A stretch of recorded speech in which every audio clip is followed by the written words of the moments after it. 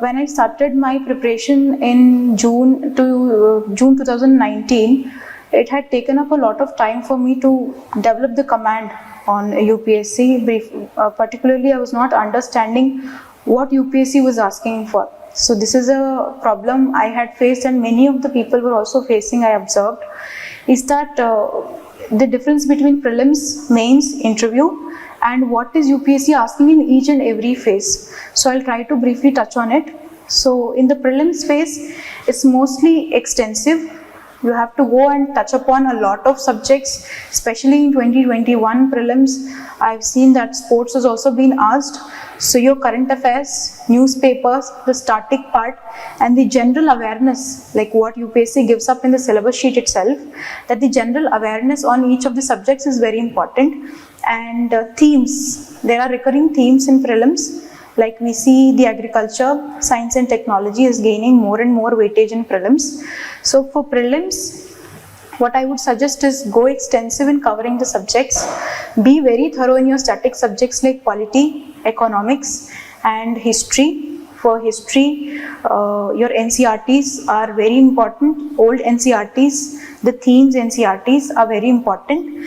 The geography, again I went for NCERTs. If you have time, I would suggest that you go and do the 6th to 12th NCERTs for history, and even if geography, you can do the same if you have time. And then coming to polity, I have done Lakshmikant only. I have not done any other books.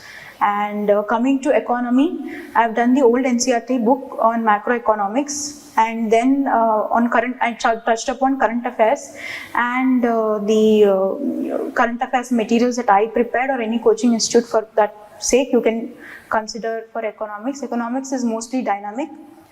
And apart from the static part in economics, I would suggest that economic survey and budget are very important to cover, and the schemes also are very important to cover apart from the static subject in economics. Then coming to agriculture, agriculture is a subject I believe that we have to start taking up agriculture as a subject in prelims and mains. For prelims, my agriculture subject, the go-to book was the newspaper, and the second one is the State of Agriculture report and the government website on agriculture. So there are many maps in the government websites about agriculture, which will help us in having a brief idea of the crop pattern, the crop seasons, and what all are needed, what all are the schemes used in agriculture. So that itself I believe is more or less important in agriculture. And the science and technology part, for that I think NCERTs are also helpful, especially the 6th to 12th on the topics of biotechnology, information technology. Then some of the Hindu paper mein there's a Sunday edition on which science and technology comes up. So even though the questions are not direct, but such understanding and articles on Hindu paper always help in eliminating options. And NASA schemes and ISRO schemes are also, missions are also very important. They'll help us eliminate a lot of options, if not give the direct answer. So science and technology has been mostly current affairs, and to have the basic understanding, please do your NCERTs. They'll be really of good help. And the other parts of prelims, current affairs, I have not made notes out of prelims from my newspaper.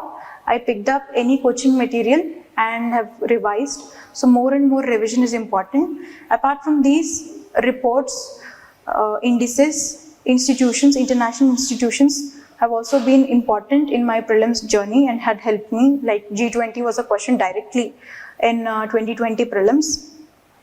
This has been mostly for my prelims GS1.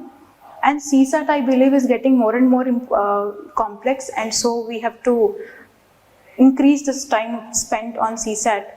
And so the maths, logical part and verbal are the three components of it. For CSAT, I believe it is not the content which is lacking, rather the time. So start with your best section.